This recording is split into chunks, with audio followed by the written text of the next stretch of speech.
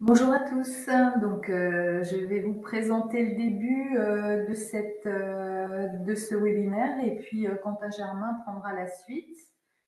Je reviendrai en toute fin pour les GME. Donc, du coup, c'est le module 2. On a eu un premier module qui portait sur l'autocontrôle des TDC des planches 1 et 2.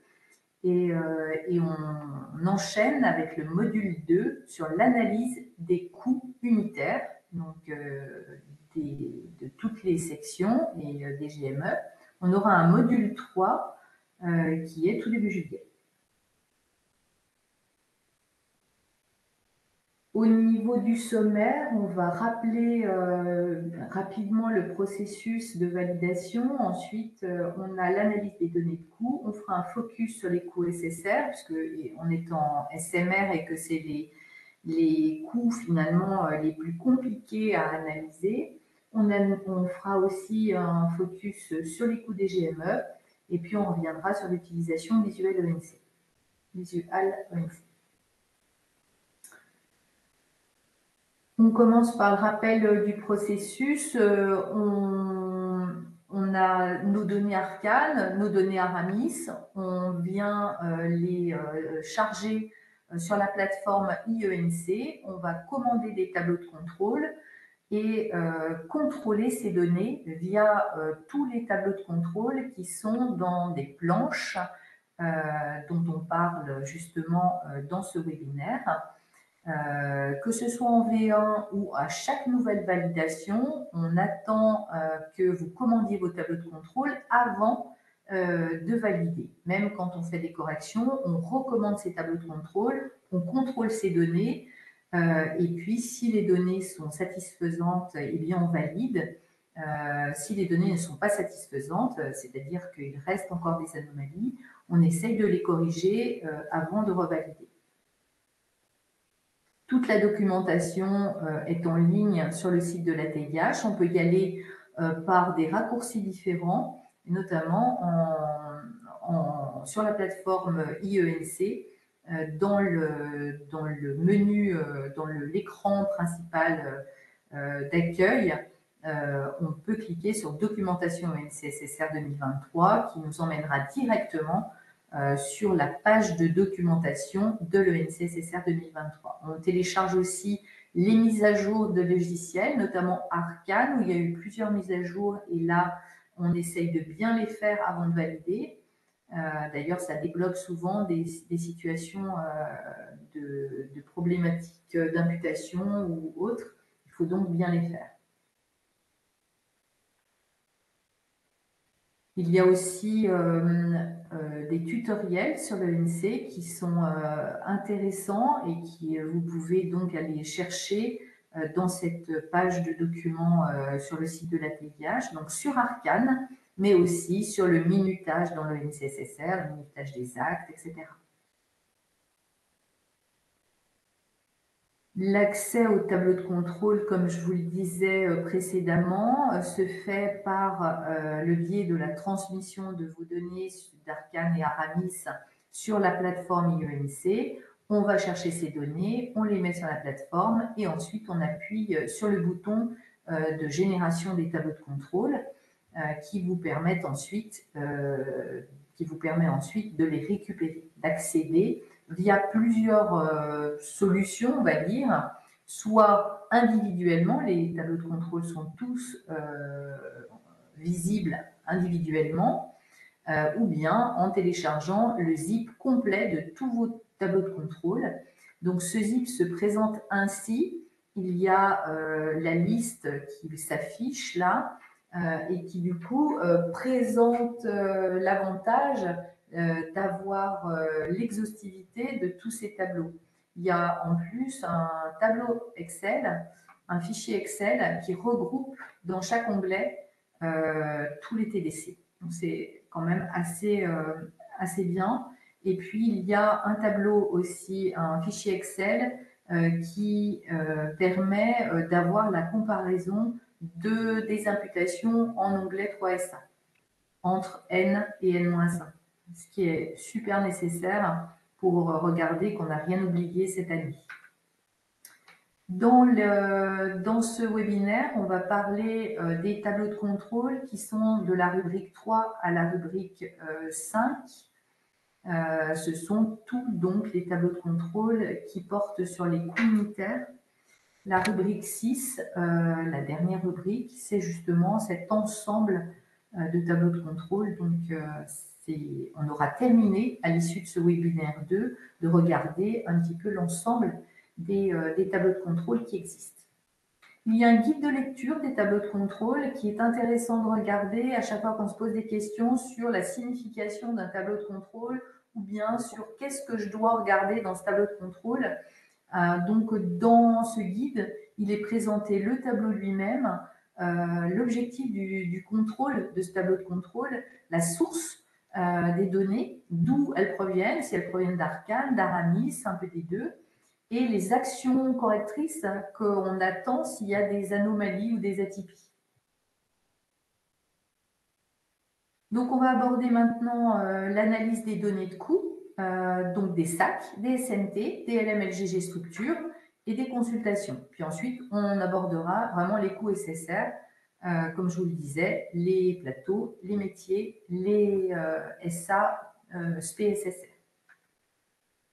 Au niveau de l'analyse des sections d'analyse clinique, on parle de coût journalier. Le coût unitaire, c'est un coût journalier. Ce sont les tableaux de contrôle 5 qui vont parler des coûts journaliers des SAC. Le tableau 5.1.1 permettra de calculer le coût journalier de chaque SAC, son évolution par rapport à l'année précédente et son écart avec la référence ENC. Donc, dans le calcul d'un coût journalier, on a un numérateur qui est le total des charges nettes plus LM, donc qui provient de l'onglet 4 produits, puisque en fait, en onglet 4 produits dans Arcane, on a nos imputations de base de l'onglet 3SA moins les produits en atténuation. Donc, ça provient de l'onglet 4 produits plus la quote-part des charges de LM qui est issue maintenant de l'onglet clé, auparavant de l'onglet 7 log. On a un tableau de contrôle qui se présente avec les 3 colonnes essentielles, donc montant des charges nettes plus LM, le nombre de journées, qui est le dénominateur de ce calcul, et qui provient de vos journées PMSI de l'année 2023. Donc, c'est issu de votre lien, de votre fichier 1 Aramis, sur lequel vous avez fait vos liens UM-SAC. Les UM étant dans le PMSI et du coup qui se reportent sur les différentes SAC de votre découpage analytique. Dans ce tableau, on aura le nombre de journées PMSI de l'an passé et les charges, le montant des charges nettes plus LM de l'an passé aussi. Donc, il pourra y avoir du coup une bonne comparaison NN-1, et puis il va y avoir aussi le coût de référence de l'ENC et l'écart donc à la référence. À chaque fois qu'il y a des écarts significatifs, jugés significatifs, ils sont en jaune.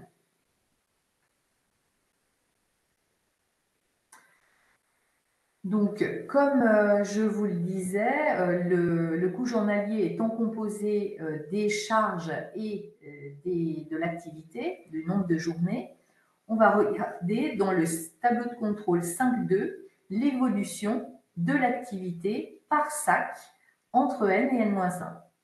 Donc, le tableau de contrôle 5.2 permet de le faire avec un nombre de journées de l'année 2023, là, un nombre de journées de l'année 2022, l'écart qu'il y a entre les deux, l'augmentation ou la diminution du nombre de journées. Ensuite, il y a le nombre de lits par année aussi, avec son évolution, et le nombre de journées lits d'ouverture, le nombre de journées lits d'ouverture étant le nombre de journées ouverts dans le service multiplié par le nombre de lits du service, de la SAC. Cette analyse N-1 permet quand même de regarder d'une année sur l'autre si je vais avoir, compte tenu de ces évolutions, une évolution de mon coût journalier, bien sûr. Le tableau de contrôle 5.1.2 permettra de voir dans les coûts journaliers si j'ai un coût journalier en HDJ qui devrait être inférieur à l'HC, mais si je l'ai justement ce coût journalier, s'il est supérieur, je vais avoir une alerte. Donc dans ce tableau de contrôle, on va uniquement avoir les sacs pour lesquels l'HDJ est supérieur à l'HG en termes de coût journalier. Dans l'exemple qui est donné, on a une sac d'appareils locomoteurs adultes en HC qui fait 280 €, alors qu'en HDJ, on a une sac pour cette même autorisation et en locomoteur adulte en HDJ donc à 17,23 €. Donc là, on a de l'HDJ inférieur à l'HC. Le tableau de contrôle 5.1.2 ne sera pas alimenté. En revanche, l'exemple du dessous, on a une SAC de conduite addictive en HC qui fait 56,77 € et en HDJ, la même autorisation dans cette SAC qui fait 77,48 €. Là, le TDC 5.1.2 ressortira cette autorisation qui, en HC, a un coût inférieur à l'HDJ. Et là, on attend effectivement une explication. Il se pourrait que effectivement, ce soit tout à fait normal que l'HDJ soit supérieur à l'HC, mais il faudra en tout cas l'expliquer, ou bien peut-être que ça va nous déceler une erreur et il faudra la corriger. Le tableau de contrôle 5.3 permet d'analyser le coût journalier en fonction de deux indicateurs qui sont très utilisés en sanitaire, le taux d'occupation et la DMS. Donc ce tableau permet de mettre en lien un petit peu les deux. Pour rappel, le taux d'occupation, c'est le nombre de journées réalisées sur le nombre de journées d'ouverture, qui justement est déclaré et on le voit dans un tableau de contrôle précédent, le 5.2. Le nombre de journées, la DMS, c'est le nombre de journées réalisées sur le nombre de séjours. Là, on voit dans le tableau de contrôle 5.3 plusieurs indicateurs, donc ces deux indicateurs dont je vous parlais, mais encore un autre, le taux d'ouverture de chaque sac. Est-ce que finalement on a 365 jours d'ouverture ou bien est-ce qu'on n'en a que 200 ou voilà. Là n'apparaîtront en taux d'ouverture, taux d'occupation que les sacs d'HC.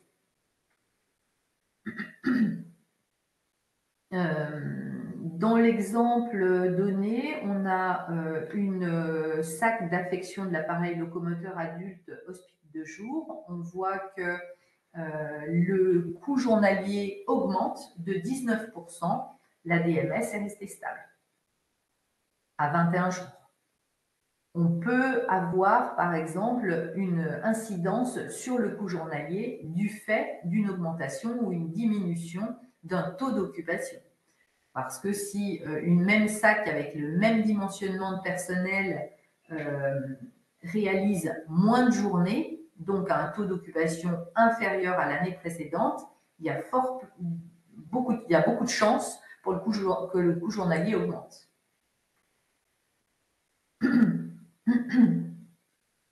Les tableaux de contrôle 5.4, 5.5 et 5.6, ainsi que 5.7 d'ailleurs, vont analyser les coûts à partir des charges imputées. Donc, les coûts de chaque sac vont être analysés sur le numérateur, c'est-à-dire les charges nettes plus élèves.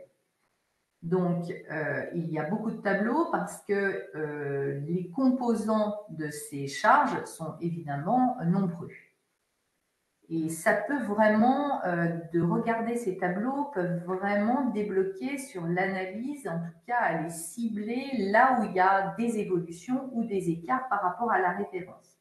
Donc on a deux types de tableaux. Les tableaux qui donnent des écarts entre les deux dernières années, donc la 2023 et 2022 pour cette campagne, et les écarts avec la référence.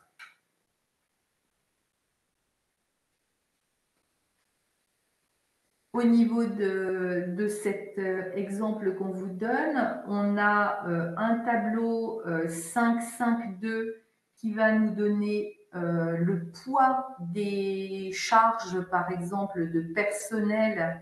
Alors là, c'est que des tableaux de contrôle en poids.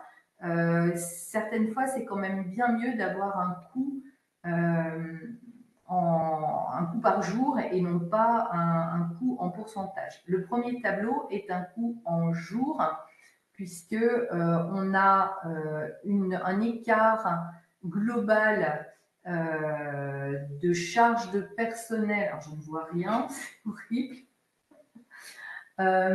Donc on a, c'est tout petit, je ne sais pas si vous voyez bien vous aussi. On a du coup trois tableaux là. On a un tableau 5-5-4 au milieu qui cible les écarts sur les trois catégories de charges de personnel, PS, PA, PM. Mais évidemment, avant, on a commencé, donc le premier tableau, à cibler si l'écart portait plutôt sur les charges de personnel, les charges médicales ou les autres charges et les charges de LM. Là, on voit que les charges de personnel sont peu impactées puisqu'on voit que, eh bien, entre la référence et l'année 2023, on a un coût qui est à 150 et quelques euros de part et d'autre avec du coup un écart de 4%. On n'est pas donc, c'est pas sur ce poste-là de charge de personnel que va se trouver l'écart. En revanche, on voit que les coûts par jour des charges à caractère médical sont dans l'établissement à 80 euros, je crois, et 11 euros pour la référence. Effectivement, là se situe un écart de 70 euros qui est intéressant d'analyser. Et pour les autres charges et charges de LM, on a 45 euros, là où on a 10 euros pour la référence. Là aussi, 35 euros, ça vaut le coup quand même de se pencher dessus. Souvent, c'est lié, hein, parce que les charges médicales entraînent de l'ALM, évidemment, pour en tout cas l'ALM pharmacie. Et donc, du coup, ça pourrait que ce soit évidemment lié. Donc là, le zoom qu'on va faire, il n'est pas sur les charges de personnel, il est évidemment sur les charges médicales. Là, on vous a quand même montré qu'il existait un zoom possible sur les charges de personnel si on a un écart avec une décomposition de ces charges de personnel en PSP, APM qui nous permet encore de cibler sur quel type de personnel porte l'écart. Et puis, on a enfin le dernier tableau qui nous donne le poids des charges de personnel dans le coût journalier global, dans les charges globales.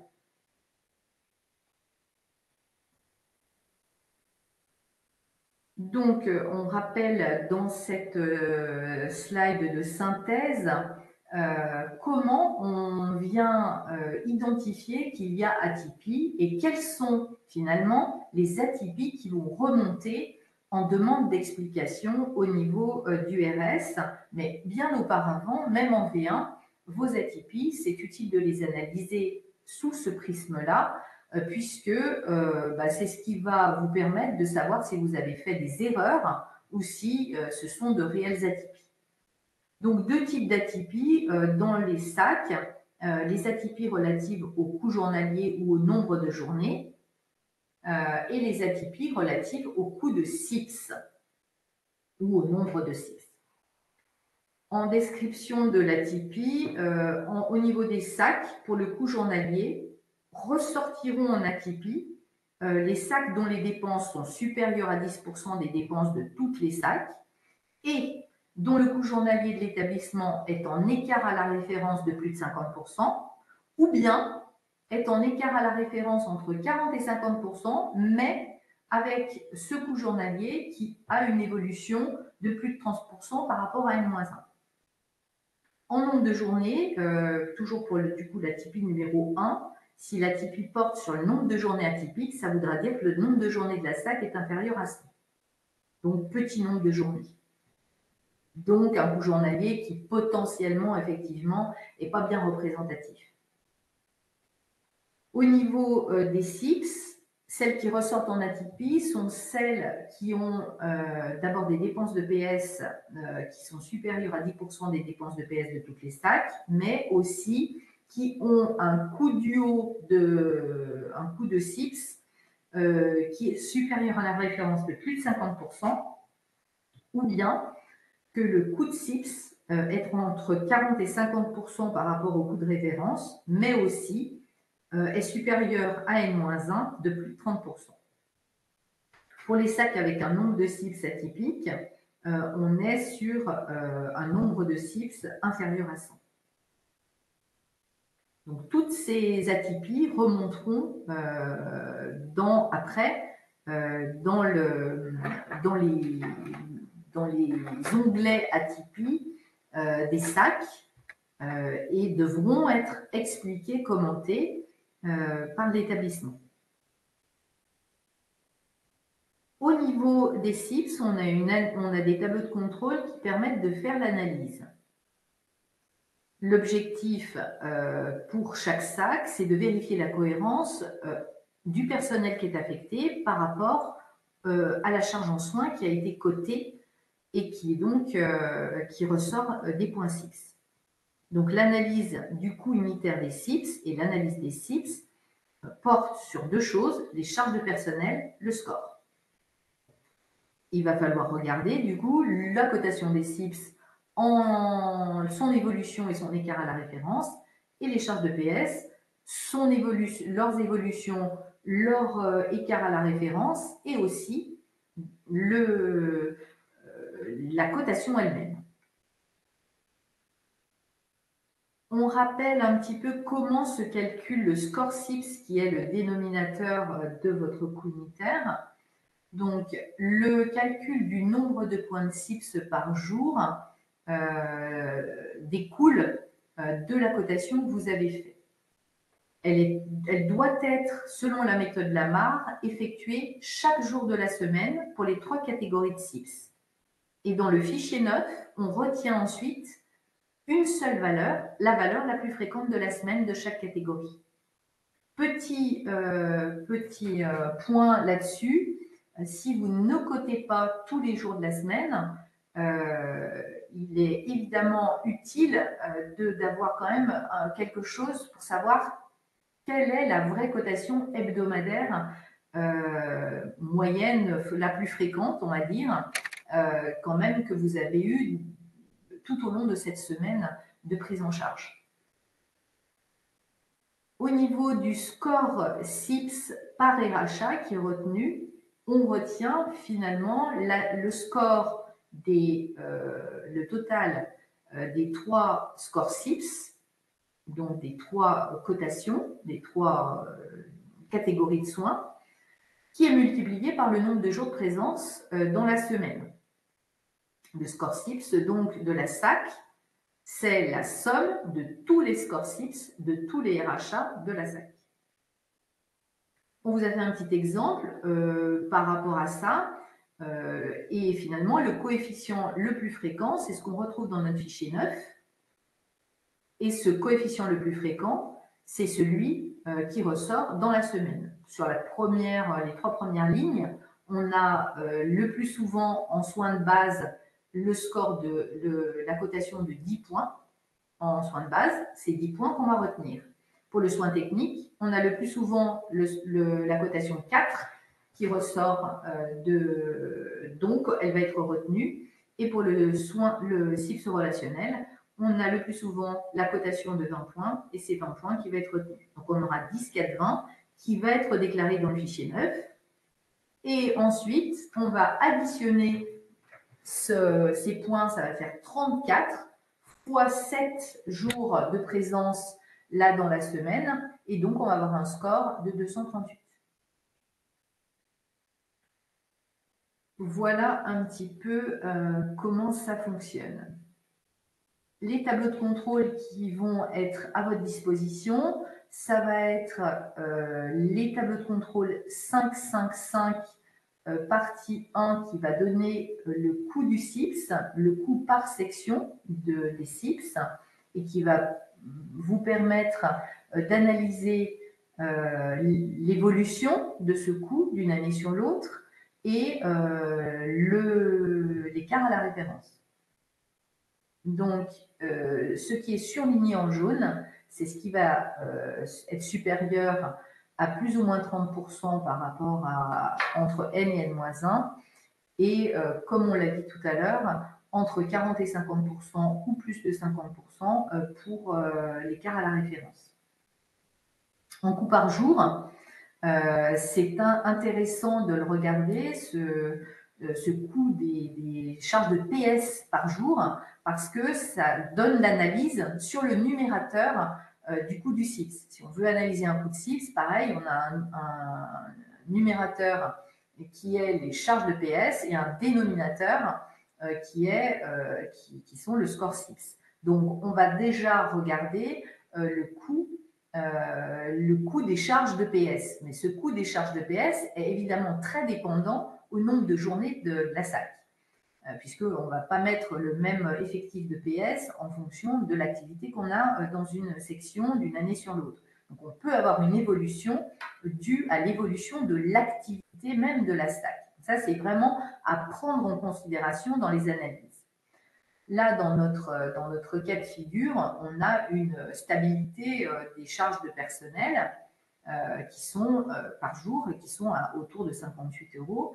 Et on a une stabilité aussi du nombre de CIPS par jour qui est aux alentours entre 10 et 11 €. Très différente de la référence à 18, je parle d'euros, ce n'est pas des euros, c'est des points. Le nombre de points est à 18 pour la référence et autour de 11 points pour l'établissement. On a un tableau de contrôle 556 qui porte sur la répartition du total des points CIPS et qui permet de voir la distribution du score sur les RHA. Donc, on a le minimum, le score minimum dans un RHA de cette SAC. Là, par exemple, c'est 6. Donc, pour atteindre 6, eh bien, il faut avoir des cotations de base techniques et relationnelles qui sont autour de 1 pour deux catégories et à 4 pour une autre. On ne pourra pas avoir autre chose. Ça veut dire, du coup, que le minimum, on peut quand même un petit peu analyser si c'est vrai ou si ça semble un peu erroné. Puis ensuite, on a les différents quartiles et le maximum à 40 points là ici. Donc le maximum aussi, c'est quand même quelque chose qui peut parler. Si dans une SAC, on a 40 points, ça veut dire qu'on a au moins une des cotations qui est à 20 points. Donc, ça aussi, ça peut quand même parler à l'établissement de regarder ce qu'il en est par rapport à la SAC donnée, si c'est réaliste. Le tableau de contrôle 557 permet de regarder justement cette répartition de points CIPS dans chacune des SAC, la répartition CIPS de base, CIPS technique et CIPS relationnel. On va dire la plus fréquente, ce sera celle qui aura le pourcentage le plus important. Par exemple, sur les CIPS de base de 7 SAC digestifs, on a la cotation à 1 point qui est majoritaire, à 48-49%. On a des CIPS techniques majoritairement aussi à 1 point. Et puis, on a majoritairement des CIPS relationnels à 4 points. Donc là, on va aussi avoir une vue critique de ce qu'on voit SAC par SAC pour aller voir si la cotation elle est bien réaliste.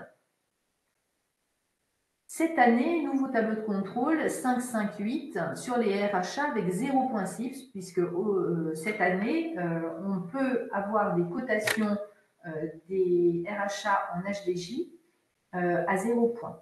Donc, on va aller regarder le nombre de RHA qui sont concernés par une cotation à 0 point.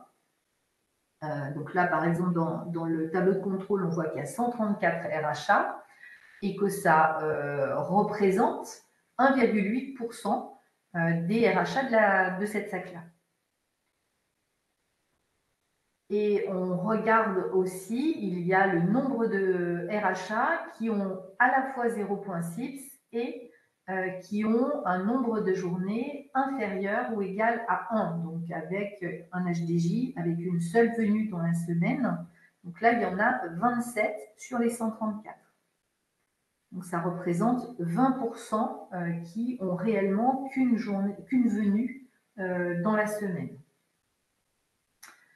Sur la cotation CIPS, une chose très, très importante pour les établissements pour enfants, on comprend que les établissements pour enfants ont, pour les enfants de moins de 3 ans, des besoins en soins de base qui sont élevés, puisque finalement, l'enfant ne sait pas s'habiller, ne sait pas manger tout seul, ne sait pas... Donc forcément, on a une cotation CIPS qui, dans la méthode Lamar, est attendue à 20 points. Alors, c'est à pondérer, et notamment en HDJ, mais ça peut l'être aussi en HC, c'est à pondérer de la présence du parent, d'un des parents, non-stop pendant la prise en charge. Si, évidemment, il y a un parent, ces cibles de base peuvent être à moins de 20 points. Sinon, on attend que ce soit coté à 20 points pour les cibles de base. Au niveau de l'analyse qu'on peut faire par rapport à tous ces tableaux de contrôle, c'est finalement assez simple, mais il faut être bien structuré. On a d'abord un coût du CIPS. Donc, on va regarder ce coût de CIPS. Ici, par exemple, pour la SAC de digestif, on a un coût de CIPS cette année à 12,36 €. L'année dernière, on était à 10,69 €. Ça n'a pas beaucoup bougé, c'est relativement stable. Mais là, ce qu'on peut voir, c'est qu'on a un coût de référence qui est nettement inférieur à 8,78 €, avec un écart de 41%. Donc là, il faut se poser des questions. Pourquoi est-ce que moi, j'ai des coûts de CIPS supérieurs à la référence? Donc ça peut provenir de quoi? Puisque finalement, le coût unitaire, on voit que c'est la résultante de charges de personnel, de soignants, divisé par un score. Donc ça peut être ou le score ou les charges de personnel qui ne vont pas, en tout cas qui ne sont pas concordantes avec la référence. Donc on va analyser les deux. Donc on commence toujours par regarder le nombre de CIPS moyen par jour. Le nombre de CIPS moyen par jour va nous donner une indication très intéressante, puisque finalement, c'est la charge en soins que j'ai par rapport à mes prises en charge. Et là, on s'aperçoit dans le TDC 555, partie 2, qu'on a un nombre de moyen de CIPS par jour de la référence qui est à 18 points, lorsque moi, j'ai 9 points. Moi, mon nombre de points, il est stable d'une année sur l'autre. Il est autour entre 9 et 10 points. Il est relativement stable. Mais il est moitié moins important que la référence. Donc ça, c'est vraiment un élément très important. Il peut s'agir, dans ces cas-là, d'une sous-cotation.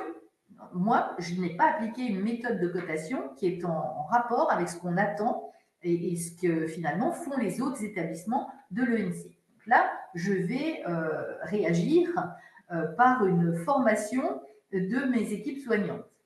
Soit il peut s'agir d'une spécificité de mon activité dans cette SAC. Si j'ai une SAC qui n'a rien à voir avec une mixité de prise en charge qu'à la référence, si moi elle est ciblée sur une petite activité et je sais très bien que cette activité demande peu de soins infirmiers, dans ces conditions, je suis tout à fait en droit de valider ma cotation et de dire que ce n'est pas une erreur de cotation, une anomalie, mais bien une atypie de ma propre SAC qui ne demande pas autant de soins que la plupart des SAC de cette spécialité-là. Donc là, je vais vraiment rentrer dans le détail pour pouvoir le dire. Parce que le superviseur, ça, il va moins le savoir que vous. C'est vous qui allez pouvoir lui dire que finalement, votre cotation est tout à fait bonne à cause de votre activité qui me demande peu de soins. Et il faudra évidemment l'expliciter. Les charges de PS par jour, là, vont nous donner finalement la mesure de mon numérateur de mon coût unitaire de CIPS.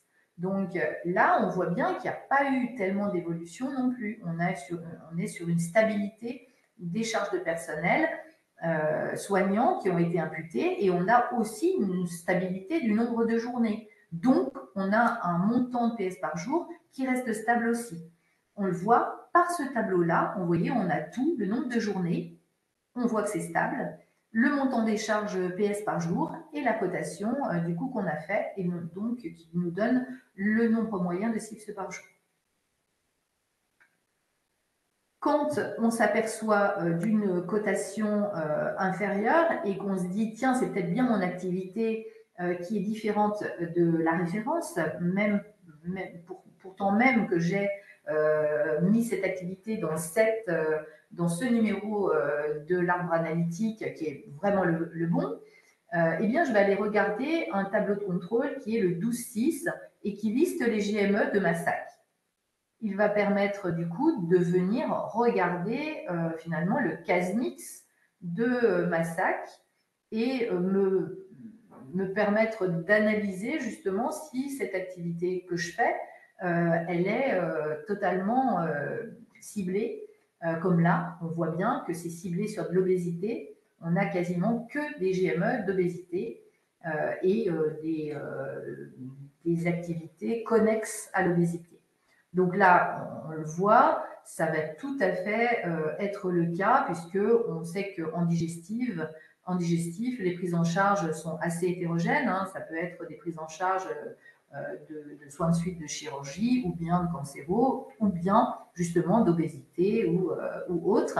Donc là, on est dans de l'obésité. Moi, je sais que mon obésité, c'est pas quand même quelque chose qui est aussi chargé en soins que des prises en charge de suite de chirurgie. Donc, je vais pouvoir venir valider ma cotation auprès de mon superviseur.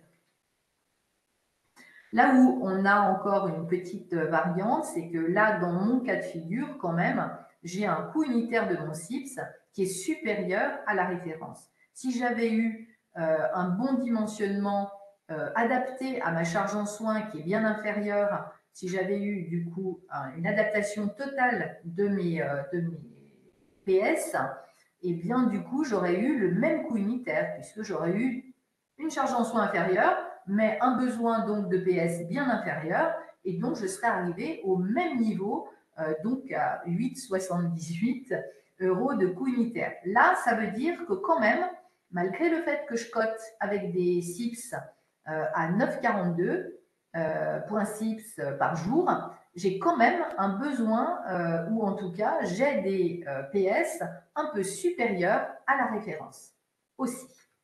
Donc là, c'est là où votre superviseur peut vous dire oui, mais pourquoi du coup on a des charges de PS supérieures quand même à la référence. Là, il faudrait retravailler encore dessus. Pourquoi j'ai un dimensionnement quand même de PS? Peut-être que c'est réglementaire, peut-être que c'est pour d'autres raisons. Voilà pour cette première partie qui porte essentiellement sur les stacks. On va faire une petite pause pour avoir un petit temps d'échange si vous avez des questions et s'il y a eu des questions sur le chat.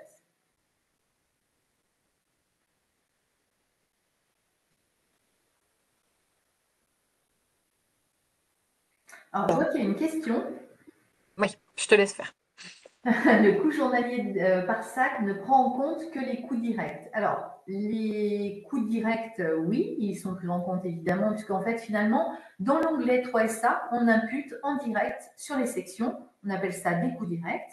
Et tout l'onglet 3SA est comme ça. On vient atténuer des produits en atténuation. Et donc, ce qu'on peut dire, c'est qu'effectivement, ce sont des coûts directs. Mais on rajoute à ce coût journalier, comme on vous l'a dit au début, les charges de logistique médicale. Et ces charges de logistique médicale ne sont pas des coûts directs, ce sont des coûts indirects. Donc on a la plus grosse partie, effectivement, c'est les coûts directs dans le coût journalier des SAC, mais il ne faut pas oublier, quand on analyse, qu'on va aussi avoir une petite partie de coûts de logistique médicale. La logistique médicale, ce sont les logistiques de pharmacie, d'hygiène et vigilance, de génie biomédical et potentiellement d'autres logistiques que vous auriez. Donc, globalement, on est quand même là-dessus. En MCO, par exemple, on a aussi la stérilisation qui rentre dans ce coût journalier des sacs. Donc voilà, c'est à la fois des coûts directs, mais aussi une partie de coûts de LM. Est-ce que j'ai répondu à votre question?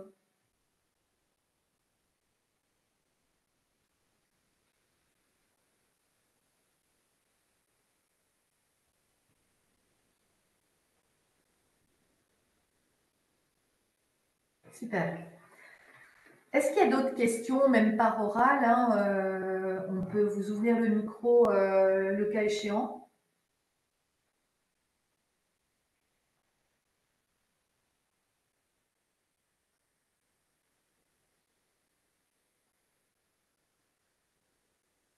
Donc, j'en conclus que vous allez pouvoir fort bien analyser vos coûts journaliers en atypie et les coûts des SIX.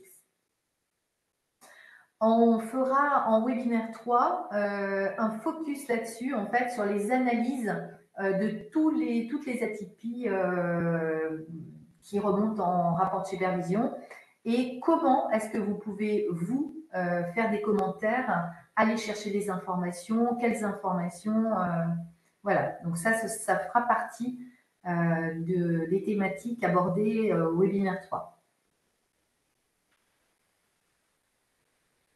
Eh bien, s'il n'y a pas plus de questions, je vais passer la main à Quentin.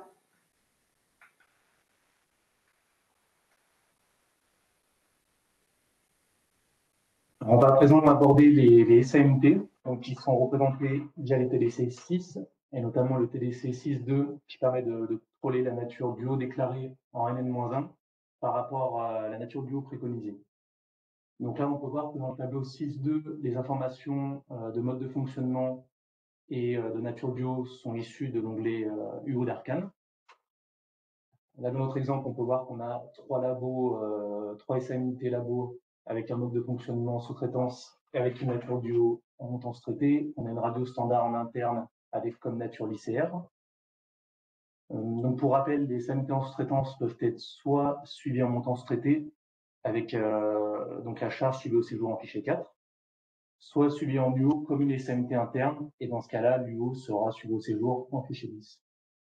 À noter également que si la nature du haut déclaré est différente de celle attendue, alors la cellule ressortira en jaune dans le TDC.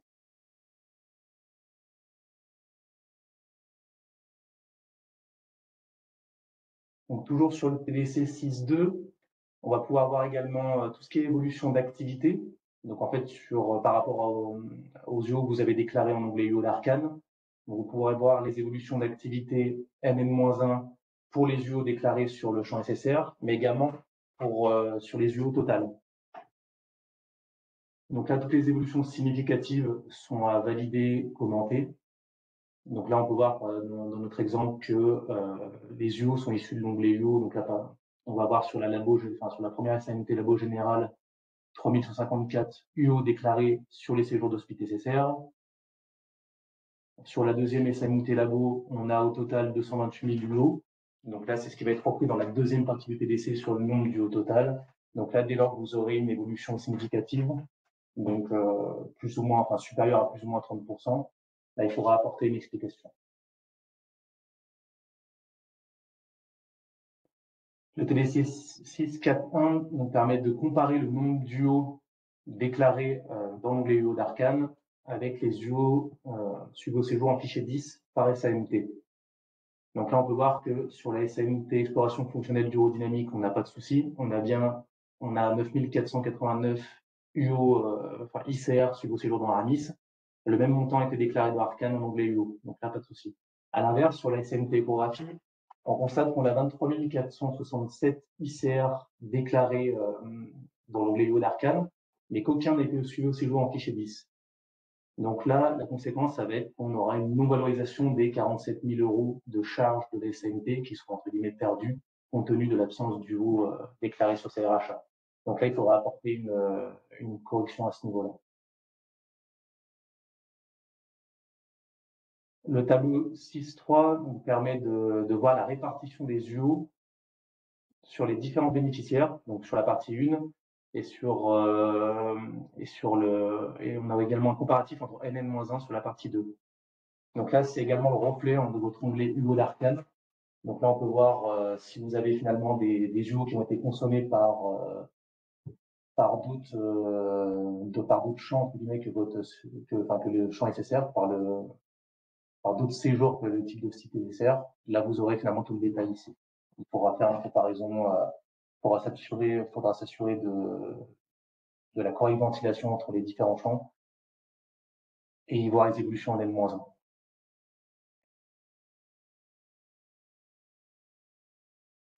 Donc le TDC 6.1 il permet de calculer le coût unitaire de chaque SAMT, de voir l'évolution de ce coût unitaire par rapport à N-1, mais également de voir les écarts par rapport à la référence. Donc pour rappel, le calcul du CTU se fait à partir des charges nettes de l'onglet 4 produits, plus la quote-part de LM issue de l'onglet clé, donc de l'ancien onglet 7 club, divisé par le nombre d'UO issu de l'onglet O.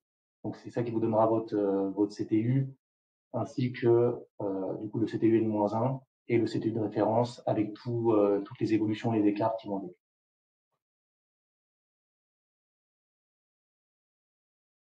Donc vous avez donc dans la suite de ces tableaux, vous avez toute une série de TDC qui vous permettront de vous aider dans vos analyses de CTU.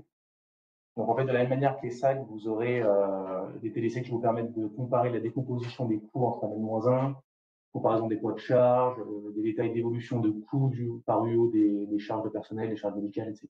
Donc c'est vraiment l'équivalent de ce que vous avez déjà sur les SAC finalement et pour les SAMU. Au niveau des atypies analysées, alors sur les SAMT, contrairement au SAC, on n'a pas de CTU atypique dans le sens fichier CSV à renseigner. Par contre, vous aurez quand même, si vous avez des atypies qui ressortent, donc par exemple des atypies de coût, d'évolution de coût N-1 ou d'écart de coût de référence, il faudra donc apporter une explication ou une correction éventuellement. Pareil, si vous avez une SAMT qui a une faible activité, donc moins de 100 UO, là vous aurez un code couleur qui ressortira, il faudra apporter une explication. À noter que il faut bien s'assurer également que le CTU d'une SAMT paramétrée en sous-traitance avec comme UO montant traité doit être égal à 1 €. Donc c'est-à-dire que le montant d'UO déclaré en onglet UO doit être égal en fait au compte 611 ventilé en 3SA sur votre SAMT. Les deux doivent concorder en fait, les UO avec la charge de sous-traitance qui est en face. Donc maintenant, on va aborder les analyses des sections logistiques, donc LM, LGG, ainsi que des structures. Donc via le TDC 10.1. Donc pour les établissements multichamps, l'équivalent, ce sera le 8.1 pour les MCO. Donc là, en fait, dans ce TDC, vous aurez tous les coûts unitaires de vos sections logistiques, les évolutions par rapport à N-1 et les écarts avec la référence. Donc là, comment est calculé ce CTU? Donc en fait, il est calculé à partir des imputations de l'onglet 3SA, moins vos produits en atténuation, moins les charges déduites en onglet 5 au titre des budgets annexes, activités subsidiaires, MIG et hors études. Donc finalement, vous avez votre total des charges nettes de l'onglet 5 divisé par le nombre du haut total déclaré en onglet clé champ par champ d'activité. Ce qui vous donnera votre CTU. Là, vous aurez donc dans ce tableau le CTUN, N-1 et différents coûts de référence, Q1, coût médian et le Q3.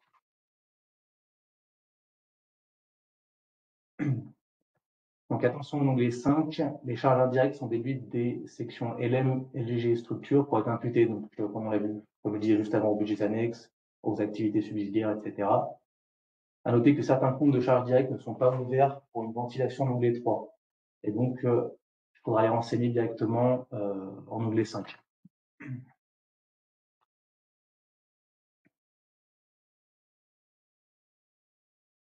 Donc là, on a un petit exemple de calcul de charge nette pour le service hôtelier. Donc là, on peut voir qu'en bas d'onglet 3SA, on a 18 558 000 euros de charges nettes, donc de charges non produits. Avec en onglet 5, donc on a 1 869 000 euros déduits au titre des dépenses délivrées aux usagers accompagnants. Ce qui nous donnera par la suite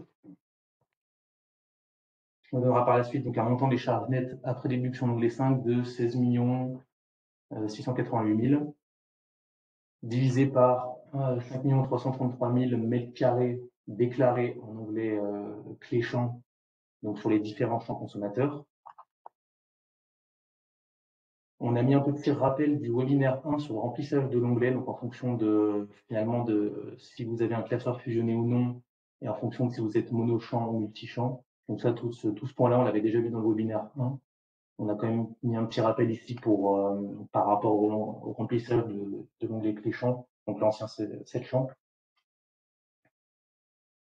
Donc pour revenir au tableau 10.1, donc là, comme on l'a vu juste avant, on a un total des charges nettes de 18 millions et quelques, moins 1 800 000 et quelques de l'onglet 5, ce qui nous donne un total de 16 680 000, divisé par notre nombre du haut, soit un CPU de 3,13 euros, avec une évolution assez significative par rapport à l'an dernier. Donc là, il faudra du coup apporter une analyse à ce niveau-là. Là, on peut voir que les charges sont stables, mais qu'on a une forte baisse des mètres carrés, ce qui explique en fait finalement l'écart LN-1.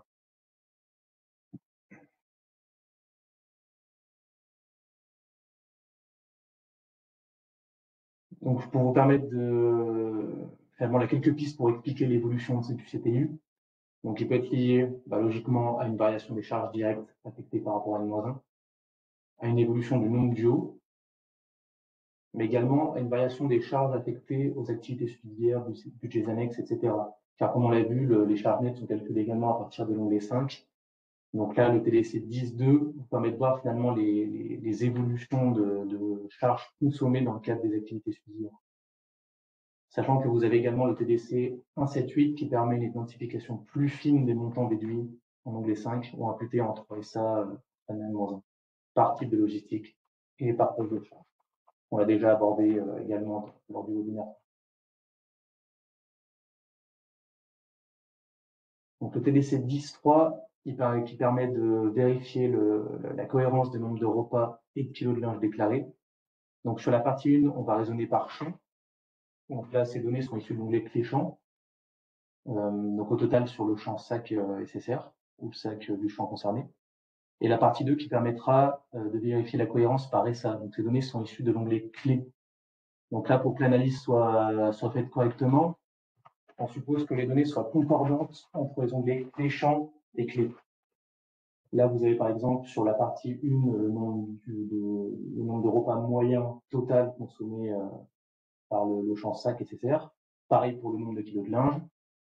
Dans la partie 2, vous avez tout le détail par sac, sachant que vous avez également une référence de nombre de repas par jour et le nombre de kilos de linge par jour, donc pour vous aider dans vos analyses.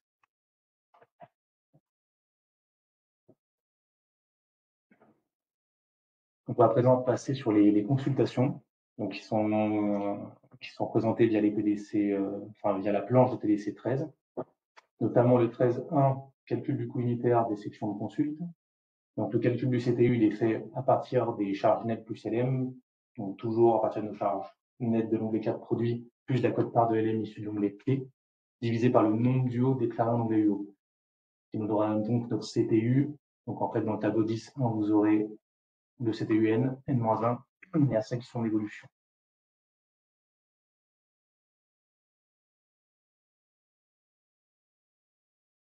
De la même manière que les sacs, vous aurez toute une série de TDC qui vous permettront de vous aider dans vos analyses de coûts unitaires, notamment les TDC qui vous donneront la décomposition des coûts unitaires en N, également le détail des coûts unitaires, les charges de personnel, etc., etc.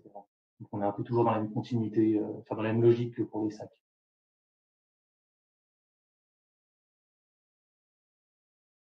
Et enfin, le TDC 13.8 aide à l'analyse des coûts unitaires à partir du nombre de consultes par ETPR. Donc ici, en fait, dans ce tableau, vous avez le nombre de consultations, le nombre d'UO de consultes issus de l'onglet UO, le nombre d'ETPR issu de l'onglet TTR, donc pour les 3 catégories, PS, PA, PM, et pour chacune de vos sections de consulte, ce qui vous donnera un ratio de nombre de consultations par nombre de TPR. Vous avez en partie 1 ces ratios pour l'année N, en partie 2 pour l'année N-1. Donc, ça vous permettra finalement de comparer, de voir si vous avez une évolution et si les données finalement qui ressortent de ce tableau sont cohérentes ou non.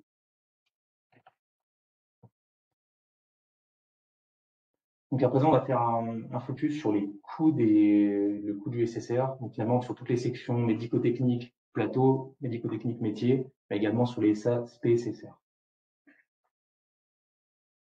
Donc les plateaux qui sont présentés via tous les tableaux 7, notamment le 7.1, donc qui permet d'analyser le coût horaire de chaque plateau, l'évolution par rapport à N-1 et les écarts par rapport à la référence. Donc, de la même manière que les consultes, notre CTH est calculé à partir des charges nettes plus LM, divisé par le nombre total de minutes de l'onglet UO, mais converti en heures, ce qui nous donnera donc notre coût horaire. Là, on aura donc dans ce tableau les évolutions de charges nettes plus LM et N-1, les évolutions, les évolutions d'heures N-1, le coût horaire N-1 et le coût horaire de référence avec calcul d'écart.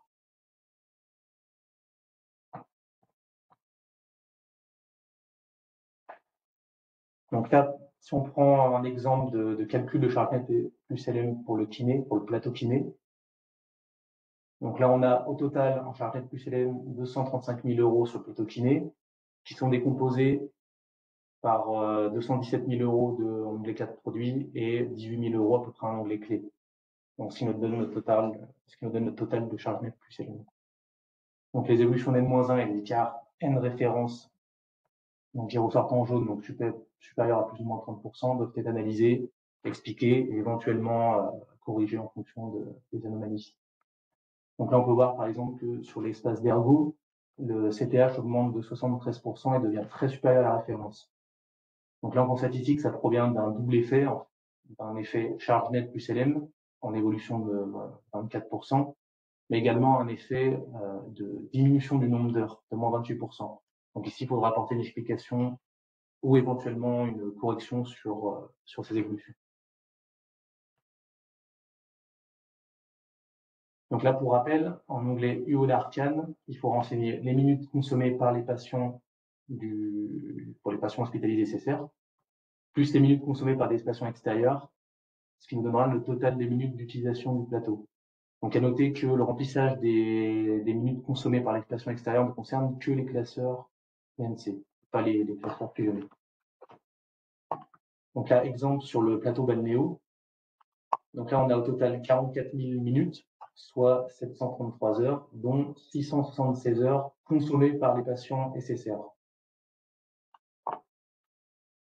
Là, ces données-là sont reportées dans l'onglet dans le TDC 7.2, donc là, qui permet d'analyser l'évolution d'activité des plateaux par rapport à N-1. Donc là, les UO sont convertis en heures, encore une fois. Donc là, on voit par exemple qu'on a un plateau espace d'ergo qui a une diminution d'activité assez significative, donc de moins 28%, soit à peu près 1200 1300 heures. Donc là, il faudra apporter une explication à ce niveau-là. Dans un premier temps, il faut bien s'assurer que l'onglet UO a été rempli correctement par rapport au fichier 11, finalement que l'exhaustivité soit de 100% entre Arcane et Aramis. Si c'est le cas, après, il faudra vérifier la localisation des actes dans le fichier 11 par rapport à ce plateau-là. Vous avez différents TDC qui vous permettent d'analyser un peu plus finement. Les TDC 8.4, on va analyser un peu en dessous, et TDC 2.10.3, 2.10.4 qui permettent de contrôler la cohérence des codes modulateurs, extensions documentaires, etc. On a déjà étudié lors du webinaire 1. Donc, si finalement si l'onglet UO a été correctement rempli, si la localisation des actes est correcte, là, il faudra apporter une explication. Est-ce que ça provient d'une diminution réelle d'activité sur le plateau, par exemple une fermeture ou l'absence de l'ergo, etc. Donc voilà quelques pistes pour vous aider dans l'analyse d'une baisse ou d'une augmentation d'activité. Le TDC 7.3 permet de contrôler la concordance des minutes des plateaux entre fichier 11 et onglet UO d'Arcane. Donc là, finalement, c'est dans la continuité de ce qu'on a vu juste avant. Tout de suite vérifier en fait que l'onglet UO est bien correctement renseigné, que les minutes renseignées soient concordantes avec le fichier 11. Là, on peut voir ici que ce n'est pas le cas pour le plateau kiné. Les minutes renseignées en onglet You sont supérieures aux minutes du fichier 11. Donc là, les aides vont être sous-valorisées et 60 000 € seront sortis des coûts de l'étude. À l'inverse, sur le plateau gymnase, on a plus duo dans Aramis que dans Arcane. Donc là, les aides vont être survalorisées cette fois-ci et 95 000 € vont être répartis en plus sur les séjours. Ça, c'est vraiment un contrôle à faire tout de suite, même à penser en fait finalement tout de suite, hein, dès que si vous faites une correction dans le fichier 11, tout de suite la reporter dans Arcane, dans votre onglet IO, pour que les minutes soient bien concordantes sur les plateaux et métiers. Et enfin, on a également toute une série de TDC, donc les 7.4 à 7.7, qui permettent d'analyser la décomposition du coût horaire des quatre plateaux, les évolutions par rapport à N-1 et les écarts par rapport à la référence. On a notamment le TDC 7.7.1 qui permet de vérifier que les charges directes de logistique et structure sont bien affectées sur la bande Néo, car pour rappel, on attend finalement une ventilation directe en 3SA sur le plateau bande Néo des différentes charges hôtelières, eau, électricité, chauffage, des charges d'entretien et des dotations aux amortissements des constructions ou loyers relatifs à la bande Néo si concerné.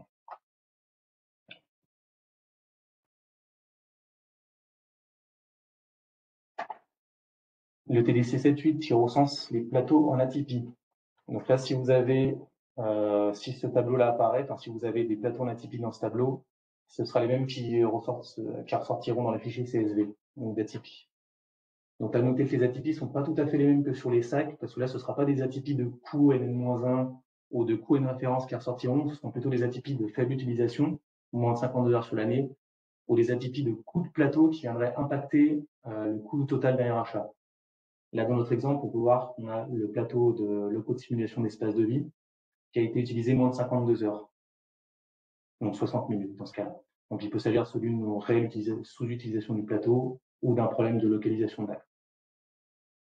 Dans le deuxième exemple, on a la balnéothérapie, donc le coût de la balnéo qui impacte 21 RHA, 2 en HC, 19 en HP.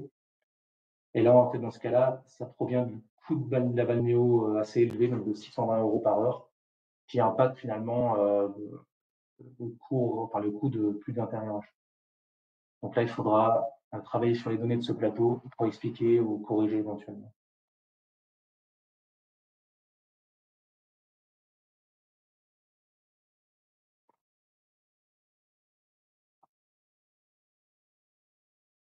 Focus sur les PTS. Donc pour rappel, il existe 6 plateaux PTS, néo-isocinétisme, etc.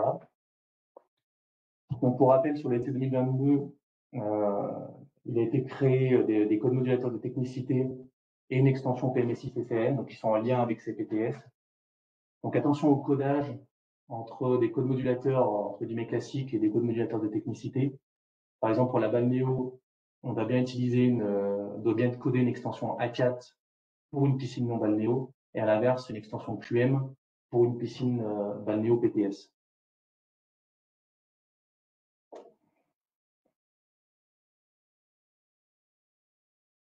Donc à présent, le temps d'échange, si vous avez des questions par rapport à ce qu'on vient de voir, ou si vous avez même des questions par rapport à ce qui a été présenté par Marie tout à l'heure sur les sacs. Donc on va vous laisser un petit temps de réflexion.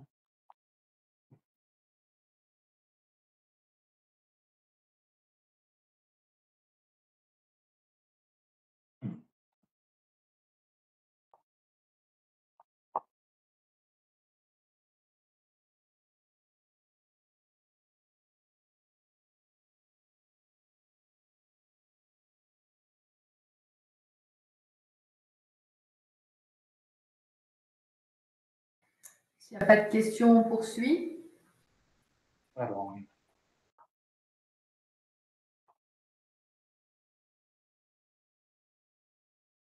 donc on va présent continuer avec les tableaux 8, donc sur les métiers de RR. Donc le tableau 8.1 permet d'analyser le coût horaire de chaque SMT métier, l'évolution par rapport à N-1 et les écarts par rapport à la référence. Donc là, comment est calculé le CTH des SMT métiers? Donc il est calculé à partir des charges nettes issues de l'onglet 4 produits. Donc soit le montant des charges nettes, PSP, APM imputé, permanence des soins, honoraires PH, etc. divisé par le nombre total de minutes de l'onglet IO converti en heures comme pour les plateaux.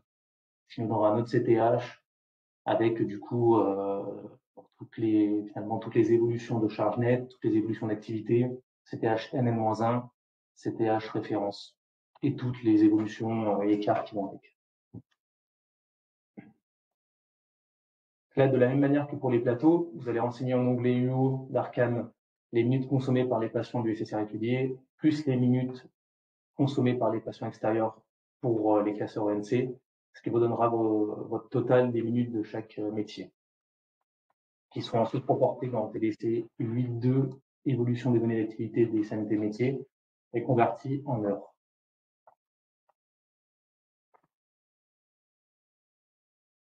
Donc, le TDC 8.2, il permet d'analyser l'évolution d'activité des métiers par rapport à N-1, avec, comme je disais, donc les UO en minutes de l'onglet UO convertis en heures.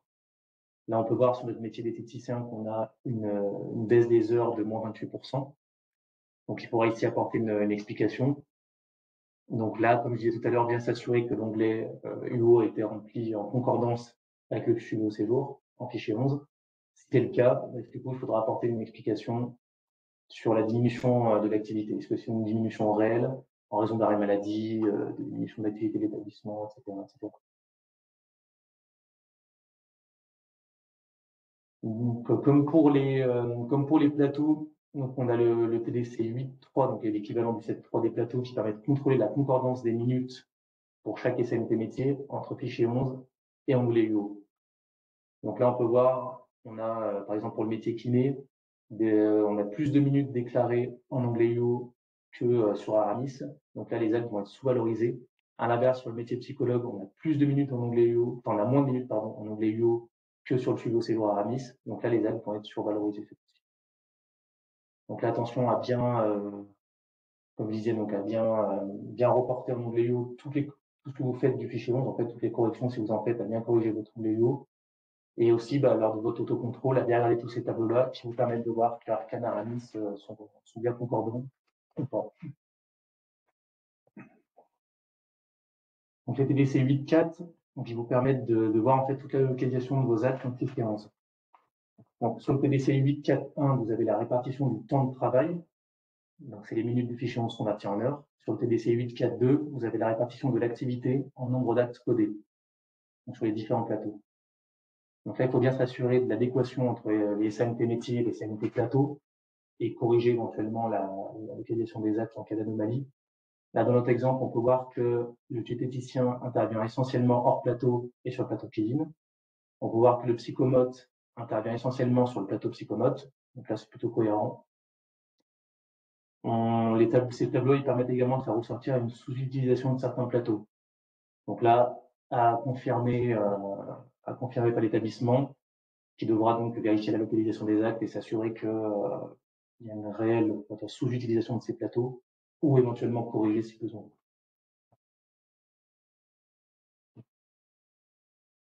Le tableau 8.5 donc, permet de mettre en lien différentes notions telles que le codage, le minutage, les taux d'activité et les coûts horaires des intervenants.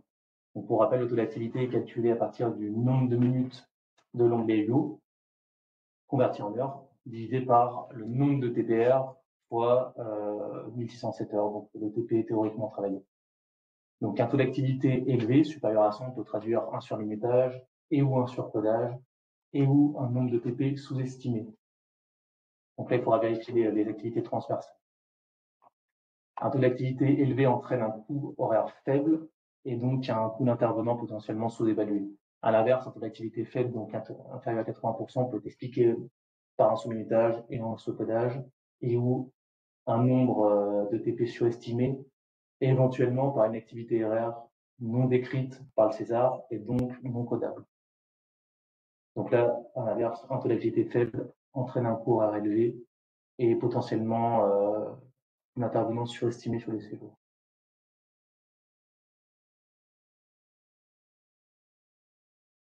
Donc un exemple sur le métier kiné qui a un taux d'activité élevé de 124%. Donc là, ce taux d'activité peut résulter d'un surcodage et ou d'un surminutage.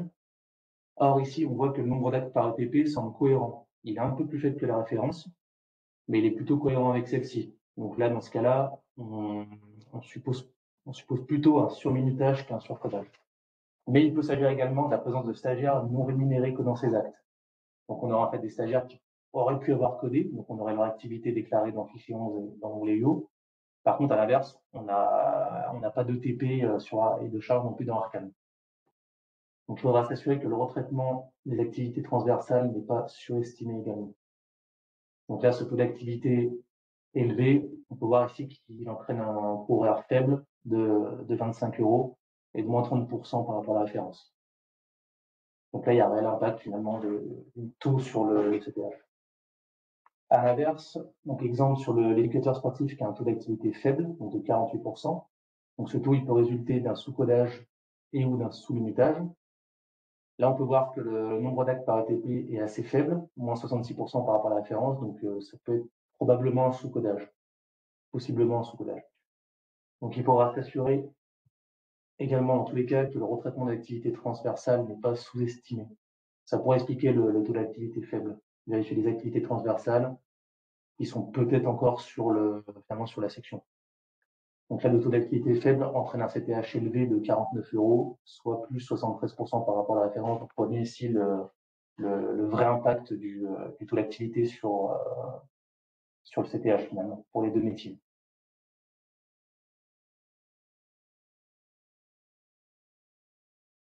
Le tableau 8.6, donc coût théorique des métiers libéraux hors vacataire.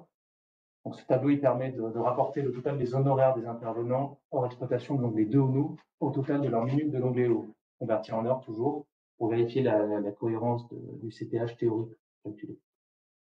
Dans notre exemple, on peut voir qu'on a un CPH théorique global de 11,5 €, ce qui semble quand même très faible. Donc là, ça peut traduire plusieurs choses, soit un surcodage ou un surminutage, soit un recueil des honoraires non exhaustifs, soit une erreur dans les onglets de ONO et ou UO. Donc là, analyser dans ce cas-là. Donc les tableaux 9 sur les sections spécifiques SSR. Donc toujours le tableau 9.1 dans la continuité des autres types de sections, donc les tableaux .1 qui sont sur les coûts unitaires. Donc là, ce tableau-là, qui permet de voir donc toujours le coût unitaire N, N-1 et la référence, qui est calculé de la même manière donc en partant du total des charges nettes plus LM divisé par le nombre total du haut de l'onglet IO, qui nous donnera notre CPU.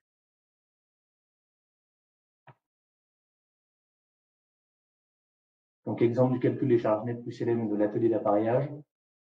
Donc là, les charges nettes issues de l'onglet 4 produits donc de 25 000 €, auxquelles on ajoute les charges indirectes de LM issues de l'onglet clés, donc de 158 000 €, ce qui nous donnera un total de 184 000 € pour le calcul de notre CPU.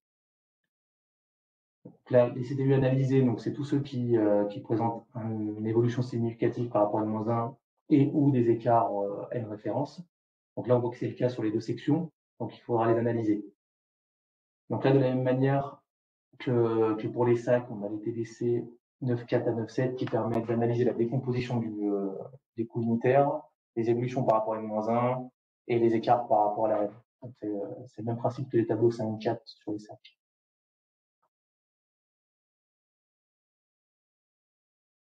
Au niveau du remplissage de l'onglet UO, donc c'est le même principe que pour les métiers plateaux. On renseigne pour la section atelier d'appareillage, donc qui est en minutes, donc les minutes consommées par les patients du SSR. Donc c'est les minutes additionnées des fichiers 11 et 13, plus les minutes consommées par les patients extérieurs pour les classeurs pour les classeurs NC, pardon. Ce qui nous donnera le total de minutes d'utilisation de l'atelier d'appareillage qui seront ensuite retranscrites dans les tableaux 9 pour les calculs du coût unitaire, etc.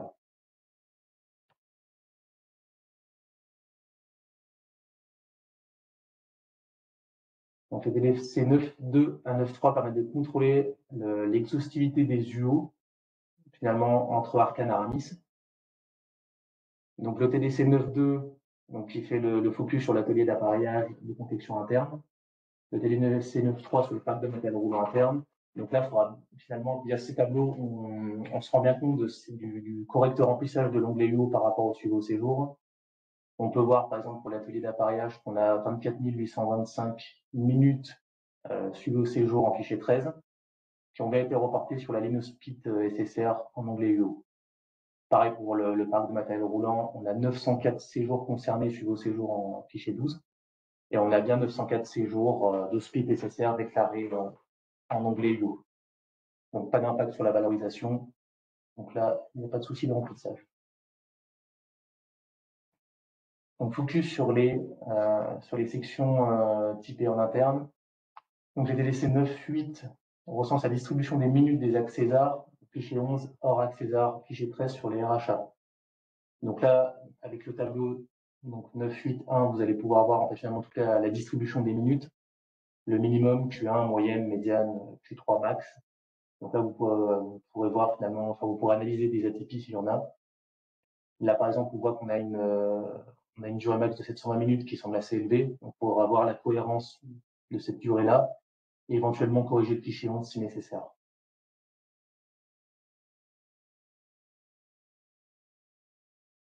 Donc maintenant, focus sur les sections typées en externe. Donc le tableau 9.9 permet de contrôler la cohérence des clés en montant traité, déclaré en onglet IO et montant réellement affecté à la section.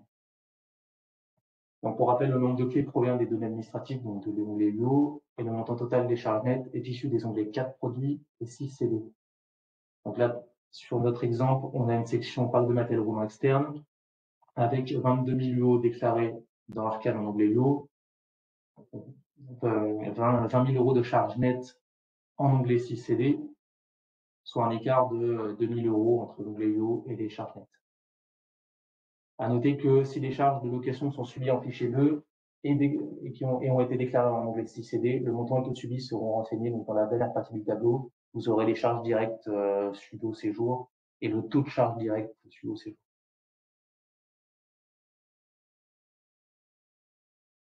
Donc le TDC 9.10 et contrôle que les SA avec un mode de fonctionnement externe n'ont pas du haut recueilli en fichier 11, 12 ou 13 Aramis. Car les fichiers 11, 12, 13 concernent bien les sections internes et non pas externes. Donc si c'est le cas, c'est soit qu'il y a un problème dans le mode de fonctionnement paramétré, ou soit qu'il y a un problème au niveau du recueil dans Aramis. Donc là, il faudra apporter une correction, s'assurer que le mode de fonctionnement est cohérent avec le suivi au séjour, et s'assurer aussi, à l'inverse, que le suivi au séjour est correct par rapport à mon activité.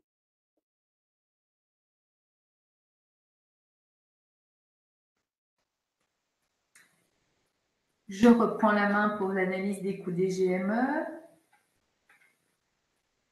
Alors, les GME, le coût des GME, évidemment, c'est la résultante de tout ce qui précède, c'est-à-dire qu'on ne peut pas analyser son coût des GME si on n'a pas analysé les coûts de tout le parcours qui va permettre d'arriver à ce coût de GME. Les coûts des GME, c'est vraiment finalement l'objectif de l'ENC. Hein. Donc, on doit bien analyser tout ce qui est avant pour en arriver là. Au niveau de cette analyse, d'abord, on va faire une première analyse dans le tableau 12.6 de vérifier que les GME par SAC sont cohérents par rapport à la spécialité de la SAC.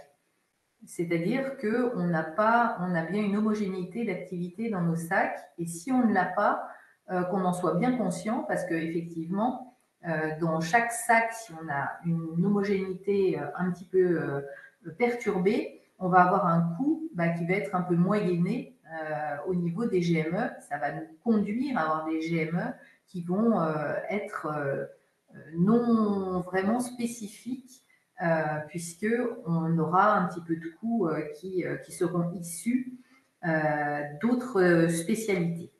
Donc ça, c'est un premier contrôle important, c'est de regarder les sacs. Là, dans notre exemple, dans la SAC polyvalent HC, celle qui est verte, on a essentiellement des prises en charge de polyvalent. On le voit bien, il y a des petits pourcentages dans beaucoup de GME différents, de CM différentes.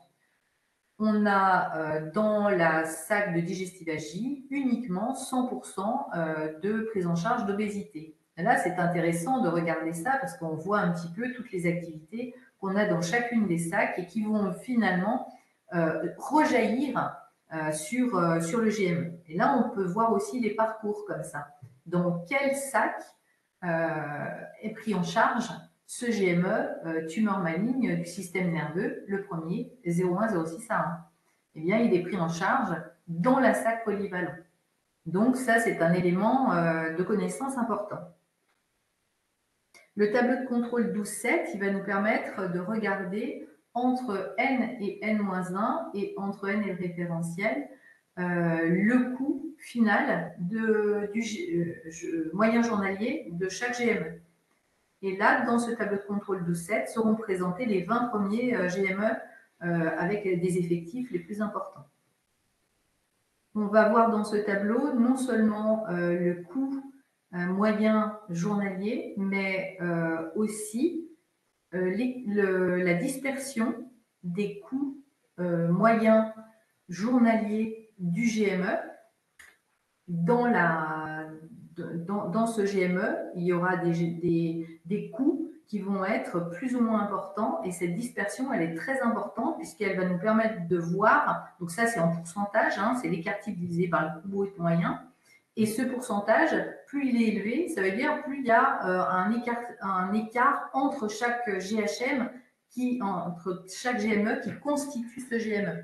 Donc du coup, important comme indicateur. Et puis un autre indicateur qui est un indicateur de fiabilité de la référence. Donc si on a une référence qui a une fiabilité bonne, correcte ou mauvaise, c'est vrai c'est un indicateur intéressant. Si on est en dessous ou au-dessus, on a des chances d'avoir une bonne comparaison si on est dans un indicateur qui est indiqué bon. Voilà, donc ça, c'est un tableau de contrôle qui est extrêmement intéressant et les variations, évidemment, d'une année sur l'autre qui peuvent nous être d'une grande précision, effectivement, pour l'analyse. Ça, c'est un tableau de contrôle très intéressant pour l'analyse. Au niveau de la remontée des coûts moyens journaliers en atypie des GME, on va avoir pour les GME supérieurs à 30 journées les coûts moyens journaliers qui sont supérieurs à plus ou moins 30%, dont l'écart est supérieur à plus ou moins 30% entre n et n-1, et dont l'écart au référentiel ENC est supérieur aussi à plus ou moins 30%. Donc là, on aura l'indication en jaune dans la cellule de l'écart. Le tableau de contrôle 12,8 présente les RHA qui sont atypiques, dont le coût brut journalier est atypique, soit très faible, inférieur à 100 €, ou très élevé, supérieur à 1 000 €. Ça permet d'identifier finalement les RHA. Donc, bien savoir que ces RHA vont être listés dans Visual ENC, ce qui permettra de les cibler. Effectivement, il pourrait s'agir d'anomalies, d'imputation, ou bien il y a une vraie explication à cela, soit parce que c'est une prise en charge peu coûteuse, ou au contraire extrêmement coûteuse, qu'il faudra expliquer. Le tableau de contrôle, il présente le nombre de RHA qui a un coût journalier inférieur à 100 et le nombre de RHA avec un coût journalier supérieur à 1000 et le poids par rapport à l'ensemble des RHA. On a deux lignes. Il y a les RHA avec journée de présence et les RHA qui seraient sans journée de présence. Parce que du coup, les sorties le lundi à midi, par exemple, ne seront pas décomptées. Donc, on a des RHA finalement sans journée de présence qui sont pour autant bien des RHA existants, réels. Et là, c'est assez normal qu'on ait des coûts très faibles sur ces RHA-là. Là, l'explication, elle n'est souvent pas attendue par le superviseur. Le superviseur, il attendrait une explication sur les RHA avec journée de présence. Donc, le process pour l'analyse, on part des tableaux de contrôle 12,9. On a des tableaux de contrôle qui décomposent en fait les coûts des GME par type, par poste de charge, donc clinique, honoraire, charge directe. Donc, charge directe, c'est les charges suivies au séjour. Hein. Donc, clinique, charge suivie au séjour dans le SSR, SAMT d'acte CCM, donc radiologie, etc. Plateau de RR, métier de RR, LM, LGG, structure, Donc voilà, pour cibler les postes qui seraient en écart particulier et du coup, arriver à zoomer là-dessus. Ensuite, on approfondit l'écart justement sur lequel porte l'écart total de coût moyen journalier. Et là, on va faire une analyse distincte par type de poste sur lequel porte l'écart. Soit les sacs, soit les SNT, etc. Et puis ensuite, une fois qu'on a les chiffres, on va dire, d'écart et le pourquoi, on va aller voir sur le terrain ou voir les pratiques ou savoir les spécificités qui pourraient amener à cet écart. Donc, soit effectivement il n'y en a pas et on s'aperçoit d'anomalies, auquel cas on corrige. Donc un petit exemple d'analyse de coût moyen journalier, on a pris le 0,115 à 0 qui est en évolution, le GME 0,115 à 0 qui est en évolution de coût moyen journalier par rapport à N-1 de plus 106 euros, donc plus 31%. On voit du coup que l'évolution de plus 106 euros provient des charges cliniques pour plus 75 euros et des charges de LGG pour plus 32 euros. Donc ça représente l'écart total du coût moyen journalier. On va ensuite utiliser d'autres tableaux de contrôle pour identifier dans quel sac, puisque c'est un écart sur les sacs, passe ce GME. Donc là, c'est le TDC 12.6 qu'on a vu ensemble, où on a la décomposition des GME, savoir dans quel sac ils sont passés.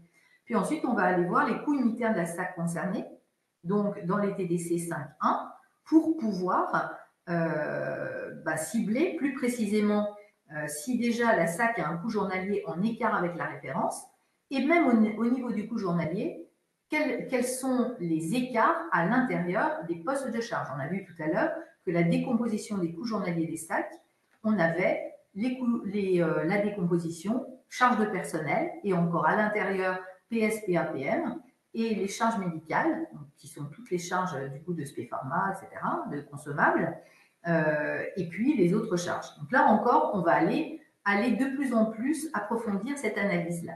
Pareil pour les LGG, on va utiliser le TDC 10.1 pour aller voir les coûts unitaires des différentes LGG. Donc, pour notre exemple, on est allé voir le tableau de contrôle 12.6 pour identifier dans quel sac passait ce GME 0,115 à 0.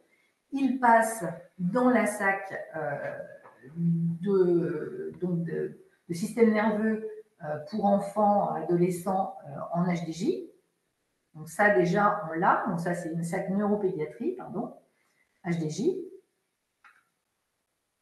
Donc on va aller dans le tableau de contrôle 5.1 qui nous donne l'évolution du coût journalier par SAC. Donc là, on va sur la SAC en question. Et on regarde que le coût journalier de l'année N est de 202 euros contre 148 l'année dernière. Donc, il y a une grosse évolution entre N et N-1 de 37%. On n'a pas de référence, mais on a une évolution significative déjà entre N et N-1.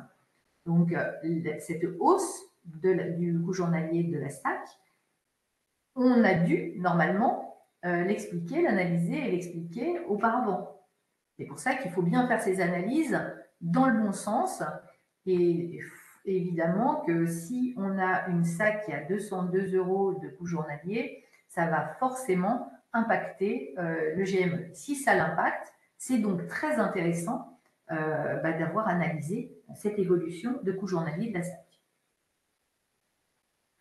Donc là, on voit que pour la SAC, puisqu'on a un nombre de journées qui est qui est en tout cas assez stable, mais que c'est surtout une augmentation des charges imputées. Donc on avait dû faire cette analyse au niveau de la SAC. Et il faut, là, dans ces cas-là, cibler déjà si ça porte sur les charges directes de la SAC ou si ça porte sur les charges de LM de la SAC pour analyser plus précisément d'où provient l'écart de coût journalier de la SAC.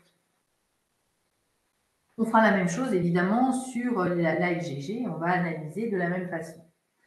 On a du coup, quand on a des séjours en atypie de GME comme ça, on va avoir la liste de ces séjours qui présentent des atypies. Donc, très important, utiliser Visual ENC. Visual ENC, c'est un outil de visualisation qui est utilisé depuis 3-4 ans et qui permet d'identifier en détail tous les séjours qui sont concernés, donc là tous les RHA qui sont concernés par les atypies qui remontent justement dans les onglets qui sont à commenter, dans les fichiers CSV que vous avez à commenter. Ce logiciel, il est à télécharger dans l'espace de téléchargement habituel et il y a un manuel d'utilisation qui est disponible quand vous téléchargez le logiciel. Pour utiliser Visual ENC, il faut à chaque fois que les données Arcane et Aramis aient été déposées sur la plateforme IENC. Sinon, ce ne sera pas ces dernières données qui remonteront dans Visual ENC, mais ce sera les données d'avant. La commande de traitement des TDC doit avoir été réalisée. L'utilisateur doit être capable de fournir les archives PMSI, donc le M12, ou celui qui a été utilisé en M0 si le cas échéant. L'utilisateur doit évidemment avoir un compte plage avec le rôle de gestionnaire de fichiers du domaine ENC sanitaire pour le finesse de l'établissement demandé. Et l'utilisateur doit également avoir un accès Internet, ce qui est évident. Ensuite, on a une utilisation donc à chaque commande de traitement. À chaque fois que vous commandez un traitement, derrière, bien, vous pouvez utiliser Visual ENC et il faut le faire à chaque fois pour identifier la liste des séjours en atypie. Donc, les résultats sont exportés sur le répertoire que vous indiquez et vous récupérez un certain nombre de fichiers. Ces fichiers sont dans un zip qui a un nom très complet, donc vous allez bien pouvoir le repérer. Et il y a plusieurs, à l'intérieur de ce zip, il y a plusieurs fichiers au format CSV. Il y a la base de coûts, donc très utile évidemment. Il y a les fichiers les fichiers d'atypie, des TDC2.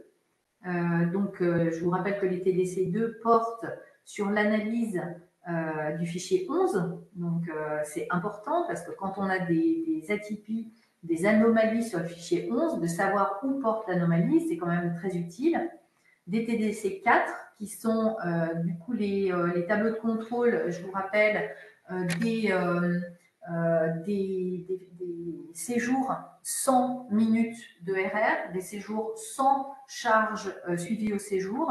Donc aussi très important pour savoir si on a bien réalisé son suivi en fichier 11 et aussi en fichier 3 et 4 sur Aramis.